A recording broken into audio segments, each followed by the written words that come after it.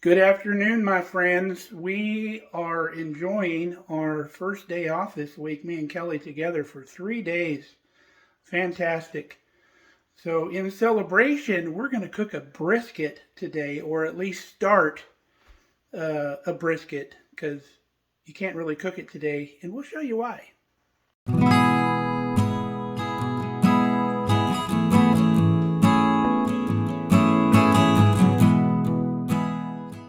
Okay, the reason we can't cook our brisket today because it has a rest period that it needs with the seasoning on it to allow the seasoning to go a little bit deeper into the meat, thus becoming more flavorful when you eat it. So here's what we got going on. We have our brisket and we trimmed any really thick, unnecessary fat off of it. This is the fatty side here. There's not much fat on the other side at all. Kind of lean on the other side. And we've used our favorite seasoning that you have seen before on our channel.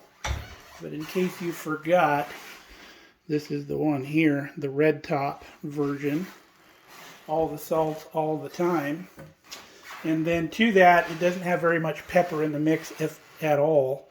So we've added some black pepper to both sides as well. So we've seasoned it generously. Not terrible, but you can see what we got going on. So now we're going to cover it with plastic wrap, and then once we get it all covered, I'm going to put it back in the fridge downstairs because that's where we have room, and let this sit for 12 to 24 hours to allow that seasoning to go in. So we're going to put this in, and we'll see you tomorrow. We're going to fire up the grill early, and we'll get this thing going. Now, most of your award-winning brisket places, they just use the standard salt pepper mix, half and half, and that comes out great. But I happen to like my favorite seasoning, so I use that, a little bit of pepper. But you can make it your own, whatever flavors you like. As always, use them. All right, it's the next morning. We got our hardware cloth for the chicken coop delivered yesterday. We need to move that out in the barn. But we're going to take the cover off our Masterbuilt 800 and get this thing fired up. What are you doing, pup? You been out chasing squirrels? Yeah? Believe it or not, it's only 25 degrees out here. But that won't matter because our Masterbuilt barbecue is fully insulated, so you can run it in the coldest of temperatures. So we've got our grill turned on and set at 300 degrees. If you're not familiar with the starting procedure, we have some videos on that, but I'll show you real quick. You fill the hopper up with charcoal, and we're using some lump hickory wood too. So just about every 4 inches or so, I put a piece of the lump hickory into the mix. And then I put a couple pieces of lump hickory down in the ash box, which will get started when the ashes start falling down into the ash box. But to start this thing, you open both doors. You need to pull these damper slides out to open up the firebox to the barbecue. Those are what choke the charcoal out when you're done.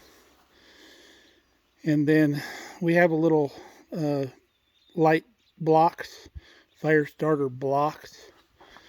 They're made by Kamado Joe, but they sell them at our local place for this barbecue. And I'll show you one here. So little squares, I would break that in half, and then you just light that on fire. And you slide it into the little hole over here. See this little slot right here? You slide it right into that slot and it goes up underneath the charcoal. And then once you get some good smoke coming out of the top of the hopper here, you close her up and the fan will kick on and bring the barbecue up to temperature.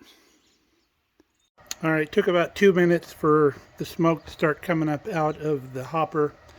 So we've closed the 2 doors, which activate those switches, and then the fan kicks on. So this thing's going to come up to temp in about probably about 7 minutes. It'll be ready to go. So we're going to start the app on the phone so we can monitor the temperature on inside the house, because wearing a t-shirt out here in 25-degree weather. It's weird. If you're in the sun, it's not too bad. But we'll start the app, we'll go in the house, and we'll get the brisket pulled out of the fridge, and we'll get that baby put on. We've got the barbecue set at 300 degrees, and we're going to keep it at 300 degrees until we come up to the temperature where we want to wrap the brisket so we can finish off. But we have our temperature probe out here. This barbecue monitors the temperature of the meat as well through a probe. It's got four probe slots available. The barbecue only comes with 1 probe, but I ordered a pack of 4 on Amazon for like $30. So if I wanted to monitor 4 different meats inside the grill, I could. So we'll be back when this thing's up to temperature. You can see my breath. Yeah, it's cold out here. All right, we're up to target temperature. I actually turned it down to 275 degrees because this brisket's not quite as thick as some of them. And I can always turn that up later. We have our meat probe plugged in. We have it into the largest side of the meat. We have a pan with 6 cups of water in here that's going to keep everything nice and moist because we're cooking above 212 degrees, which is the boiling point of water. So this is going to keep it nice and steamy in here and keep things moist from drying out. We've got our brisket fat side down for now because we want to render some of that later on in the process. We'll turn it fat side up and we'll show you when that is. So we're going to close this thing up. Again, we adjusted the temp to 275. Now, this also has a count up timer. You can set your cook time or you can set a timer. So the timer button, if you just press it one time, you can set the cook time and it'll shut the barbecue down, go into like a warm mode. But if you press and hold the timer button, it'll start a countdown timer. So we're going to be able to tell how long this takes to get to target temperature. And you can also set the target temperature on the meat probe to alert you when it reaches there. You don't just monitor the barbecue temperature, you can monitor the probe temperature as well from inside the house. Our first target temperature for the internal of the meat is 170 degrees before we have to perform our next step. And my phone will alert me when we reach that temperature. So we've been running around town all morning. We drove clear into town. And I've been monitoring my barbecue. Hi, Brandy. Get down. Thank you.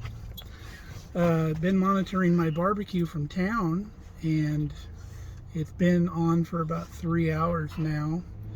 And my internal temp of the meat still 88 degrees.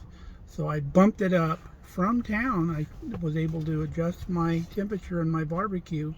I bumped it back up to 300 degrees. So that's a way cool function. Otherwise I would be stuck at home babysitting that barbecue. And the other good thing about it is the smoke on that barbecue is very clean because the fan actually adjusts as it goes. So you can hear the fan wind way down and almost turn off. And then when it needs to come back on, it comes on really slow. And it just maintains that temperature perfect within like 4 degrees. What I noticed on my pellet grill when I had it, the fan was constant. It never went up or down. It was a constant speed. And the pellets would actually change speeds dumping in. But when you get that new dump of pellets, your smoke would turn dirty for a little bit because it was running really rich with the new pellet, or the new load of pellets going in. So with this Masterbuilt smoker, you have the most efficient flame at all times, so your smoke stays really clean, and that's what you want when you're smoking. All right, we have the alert. We have reached target temp on the internal of our brisket. So let's open her up and take a look. Ooh, look at the crust on that. Beautiful. It smells amazing out here. So I want to get the foil put down on our cookie sheet here. We folded up our shelf on the Masterbuilt here. Let me lay out some foil. We'll get this baby wrapped up, and we can also remove the water pan because now we're going to be wrapped, so the water is not necessary. There's you a little better look of it now that we have it out of the grill. So wrap time. So we've wrapped our brisket up and we've reinserted our meat probe right through the foil because we still need to monitor that temperature. So let's get this baby closed back up. We're going to leave it on 300 degrees. Now when we wrap this up, I have the wide, heavy-duty aluminum foil. Don't buy that lightweight garbage stuff that's super thin. Get the good heavy-duty stuff and the wide stuff. So I put out a really long sheet, like out to here on both sides. Put my brisket in the middle, folded one side over, wrapped it down on both sides. There goes my water pan. Folded this side over, wrapped it down on both sides, and then I grabbed the outside and wrapped it up. So there's no liquid going to be able to get through the foil and go down. That's my temperature probe going off again because I stuck it back in. I need to raise the temperature on that. But when you wrap it that way, no liquid could get through the seams of the foil. We'll be right back. All right, I got my probe temp reset now. We're shooting for a target temp now, which will be our final temp of 205 degrees. We still have the grill on 300. I ran into a little bit of a problem that I'm going to need to research. When I went to change the target temp on probe 1 to increase it to 205, it kept reverting back to the 170 that I already had it at. It wouldn't let me change it. So I pulled the plug out and plugged it into port 2 for probe 2, and then I was allowed to set the 205. So I'm going to look at the instruction book and see whether I did that correctly or not, but at least I got it set. So we're still cooking fat side down, and we still have the same orientation in the barbecue. A little piece of the crusty fat came off the bottom on the grill, and I was able to sample that. My gosh, that is going to be one amazing brisket. Now some people will question wrapping the brisket in foil for the final part of the cook. That wrapping is what makes your brisket tender. If you just leave your brisket in there, even if you're basting it and everything else, it's not going to get tender. The wrapping is what causes that. I do the same thing with my chicken and everything else I barbecue. After it picks up a good amount of smoke, I wrap it. And it's almost like a little mini pressure cooker type thing is how it works.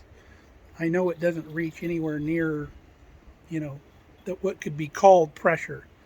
But everything's locked inside that foil, and it breaks down the meat a lot quicker, and that meat will just pull apart beautifully when we're done. And we won't have 14 hours into a cook. We won't be anywhere near that. So we'll see in a bit. I forgot to mention getting up to 170 took right at 4 hours. So that'll give you an idea about how long that's going to take. All right, it's taken a little over another hour, and we're up to our 205 internal temp. So we're now going to pull our brisket off the grill, and we're going to rewrap it, but we're going to turn it over. So I'm going to put my foil out on this pan here, and I'll lay the brisket on it, flip it over, fat side up now, and then I'll rewrap it so no juice can get out the bottom again. I threw it on here and I got a little hole somewhere in here when I moved it on the grill, but I threw it on here real quick. So I turned it upside down now so the fat side is up. We're going to put this side over like this and wrap it down like that. Wrap it down in the front. Then we're going to put this side over that side, pull it tight, wrap it down like that, wrap it down on this side, and then we pull this edge up like this. So I'm going to use 2 hands and get this a lot tighter. So we have it double wrapped now. Fat side is up. I got a towel in the bottom of my cooler, and we're going to leave this in the cooler, close it up for 3 hours. Don't touch it, don't open it, leave it alone. We've shut our grill off. We put our dampers back in, and we'll let this cool off before we bring it back in the garage and cover it back up. Still got to get me a grill brush. Don't have one yet. So 3 hours has elapsed, and believe it or not, when I went to pick up the brisket out of the cooler, the bottom was still almost hot enough to where you can't, well it still is, where you can't hold your fingers underneath. So held the heat perfectly. We're going to unveil this masterpiece and show you what we got. Wow, isn't that a beautiful thing right there? So without further ado, let's slice into this thing. We're using our Pampered Chef Deep Groove cutting board.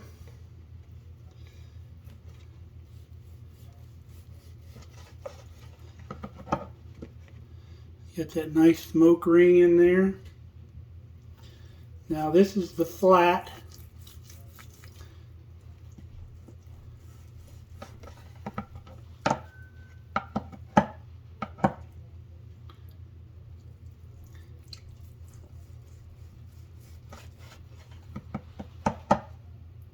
Get that beautiful piece of meat.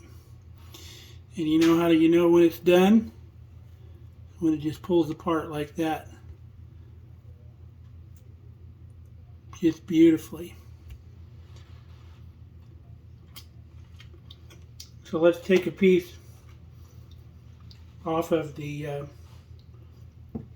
well, let me continue cutting the flat because the grain changed directions. You want to cut it across the grain. And then once we get over here, the grain changed directions and we'll have to cut it the other way. Okay, we're into the money muscle here. Look at the juice in that meat right there. Beautiful, juicy meat. Cooked perfectly. Super tender.